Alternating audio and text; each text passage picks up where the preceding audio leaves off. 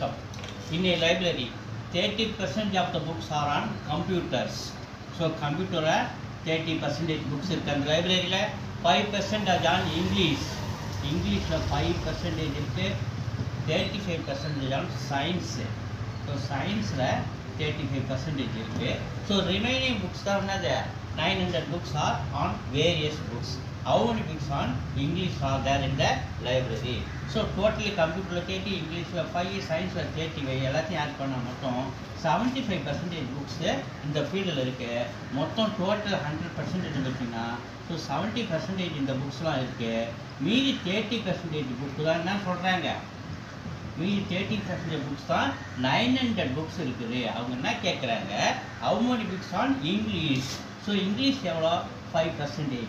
So English எவ்வளோ 5% எவ்வளோ அப்படின்னு நமக்கு கேட்குறாங்க. ஸோ இது புக்ஸு.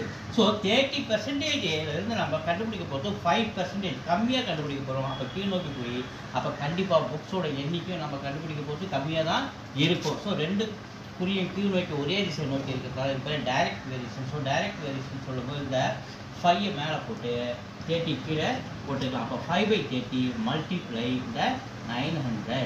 0க்கு 0 3 டேபிள் எடுத்தா இது 3 இந்த 0 30 5 into 30 150 books in the English. 1 சரி.